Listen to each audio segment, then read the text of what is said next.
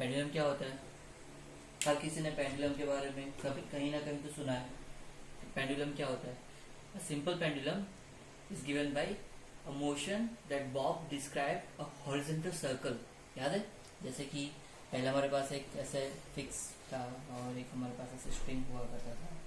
फिर बॉब को हमने ऐसे लगाया, ये अगर ऐसे घूमता है तो हम ऐसे बोलते हैं, थोड़ा अच्छे से बनाते हैं तो ये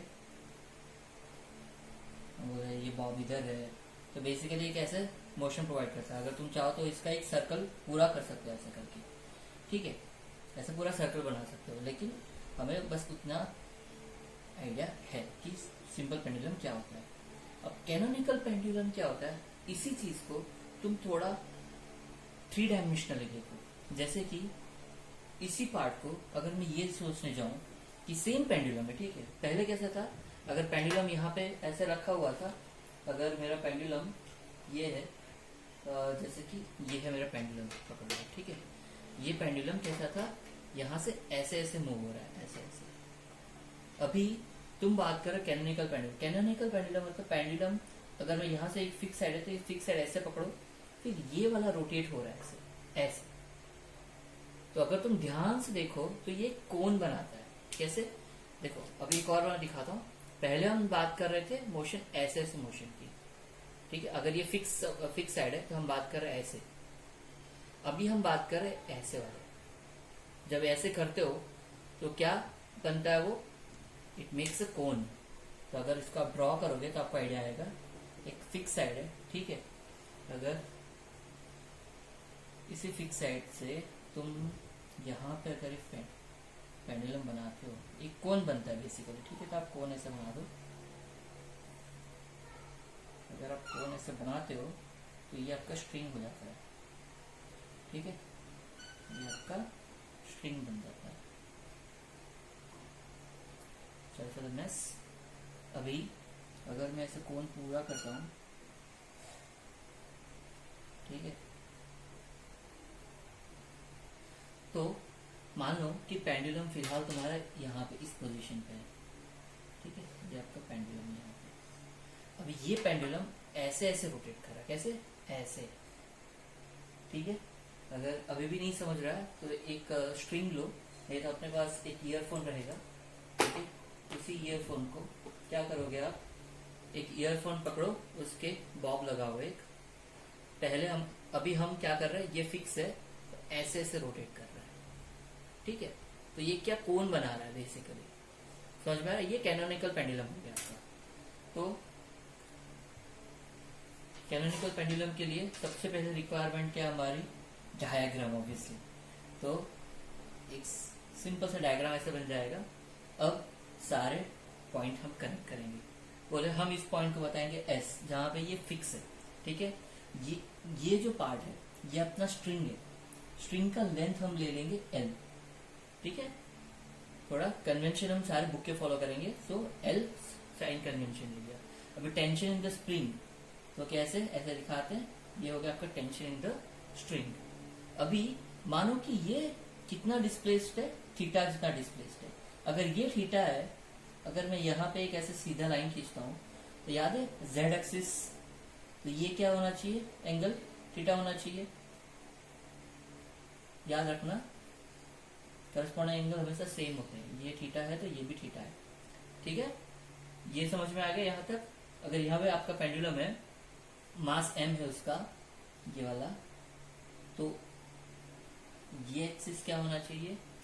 ये mg होगा, ठीक है? अब हम इसको रोटेट कर रहे हैं। पहले जैसे मैंने बताया था, कोई भी डायरेक्शन चूज कर लो। अगर ये ओमेगा है तो ये चूज कर लो, ठीक है? तो आपका बेसिकली ऐसे रोटेट कर रहा है, ठीक है? यहाँ तक ठीक है? तो S का हमारा रिजिड सपोर्ट है, कैपिटल T जो हमारा वो है टेंशन इन द स्ट्रिंग है, स्मॉल l जो है हमारा लेंथ ऑफ द स्ट्रिंग है। अब ये कितना हाइट पे है तो ये h ले लेते हैं। h हमारा हो गया height of support from the Bob. अगर आप इसको सीधा रखोगे तो इतना हाइट रहेगा ऐसा, ठीक है? ये पेंडुलम ऐसे जब घूम रहा है तो ये कोन का हाइट कितना है वो देखना आपको। और radius of the horizontal circle उसको हम बोल देते हैं स्मॉल r, और थीटा आपका सेमी वर्टिकल एंगल, ये हो गया आपका थीटा। ठीक है, और वेट ऑफ द बॉब, अगर हम इस क्या बोलेंगे, वेट ऑफ द बॉब कितना होना चाहिए, m इंटू जी। हम वेट की बात करें, वेट न्यूटन में होता है, याद रखना। ठीक है, तो ये अपना सबसे बेसिक डायग्राम है, आपको आना चाहिए। तो सबसे पहले हम देखेंगे कि सबसे पहले हम ये देखना जा रहे हैं कि अगर ये सारे केसेस में हमारी इसकी लीनियर वेलोसिटी कितनी होनी चाहिए। ठीक है, तो लीनियर वेलोसिटी के लिए बहुत आसान से करना है, डायरेक्शन बहुत सिंपल सा है, ये डायग्राम आपको आना चाहिए। तो सबसे पहले हम इसको सिंप्लीफाई करेंगे। अगर ये टी है तो ये क्या होना चाहिए, इसका एडजेसेंट कंपोनेंट। याद रखो, अगर ये टी है, अगर एडजेसेंट थीटा यहां पर है तो ये टी कॉस थीटा होता है। ठीक है, अगर आपका ऐसा टी है, ठीक है, और ये थीटा है तो ये हमेशा टी कॉस थीटा होता है। एडजेसेंट एंगल आप देख लो, कॉस थीटा का प्रॉपर्टी आप ढंग से थोड़ा देख लीजिए। ठीक है, तो टी कॉस थीटा, अगर ये टी कॉस थीटा है तो इसका परपेंडिकुलर कंपोनेंट क्या होगा, ये वाला। इसको क्या हम बोलेंगे, ये आपका हो गया टी साइन थीटा। ये कंफ्यूजन ना हो इसलिए मैं यहाँ पे लिख देता हूँ। ठीक है, और इस पॉइंट को हम ओ बुला लेते हैं, तो हमारे पास सारे पॉइंट्स आ जाएंगे, और हम इस पॉइंट को बुलाते हैं पी। डेरिवेशन में और आसानी हो जाता है। ठीक है, यहाँ तक कंफ्यूजन नहीं होना चाहिए। तो हमारे पास सारा फ्री बॉडी डायग्राम आ गया। अभी हमें क्या करना है, हमें बस फोर्स इक्विलिब्रियम करना है। क्यों, क्योंकि देखो पहले हमें क्या निकालना है, वेलोसिटी। तो वेलोसिटी हमें यहीं से मिलेगी। ठीक है, अभी जब ये ऐसे रोटेट कर रहा है तो ये देखो कि ये सर्कुलर मोशन है। ठीक है, तो सर्कुलर मोशन है तो इसका ये वाला कंपोनेंट क्या आना चाहिए, mv²/r, और क्या आना चाहिए, ये वाला कंपोनेंट क्या आएगा, mv²/r। ठीक है, ये वाला कंपोनेंट आ गया यहां तक। ठीक है, तो हमारे पास क्या आ गया, एक t sine theta is equal to mv²/r component, यहां तक। ठीक है, ओके, और दूसरा क्या है, t cos theta is equal to mg। देखो अभी मुझे सबसे पहले मुझे लीनियर वेलोसिटी चाहिए, मुझे v चाहिए, तो मैं क्या करूंगा, इन दोनों का रेशियो ले लूंगा। t sine theta divide by t cos theta क्या आ जाएगा, tan थीटा। tan थीटा आपका क्या आ जाएगा, कैंसिल हो जाएगा, तो v² बाय r g। ठीक है, मतलब v क्या आ गया हमारा, √ऑफ rg tan थीटा। देखा, तो लीनियर वेलोसिटी निकालना बहुत आसान है। तो हमें मिल गया लीनियर वेलोसिटी। तो सबसे पहले हमारा टास्क खत्म हो गया। अभी ये डायग्राम को अच्छे से सोचो, और हम इसके बाद देखेंगे कि टाइम पीरियड कैसे निकालते हैं। ठीक है, ठीक है। नाउ अभी व्हाट इफ मुझे टाइम पीरियड निकालना है, तो सबसे पहले आपको पता होना चाहिए कि टाइम पीरियड का रिलेशन कहाँ पे आता है। तो याद करो टाइम पीरियड का रिलेशन कहाँ पे आता है, टाइम इस पर्टिकुलर इक्वेशन से रिलेटेड। कहीं कोई ऐसा कंपोनेंट दिख रहा है, जैसे कि चलो v देख लो, v में कहीं पे आप देख सकते हो कि यहां से मैं कैसे टाइम पे पहुंचूंगा वेलोसिटी से। सोचो, अगर v है तो वेलोसिटी को हम कैसे लिख सकते हैं, r ओमेगा रोटेशनल स्पीड में। ठीक है, अगर ओमेगा है, अभी ओमेगा क्या है यहाँ पे, ओमेगा है आपका रोटेशनल स्पीड। अभी उसको हमने कैसे डिफाइन किया था, रेडियन पर सेकेंड, याद है। ठीक है, तो हम ये निकालेंगे, this is what we need.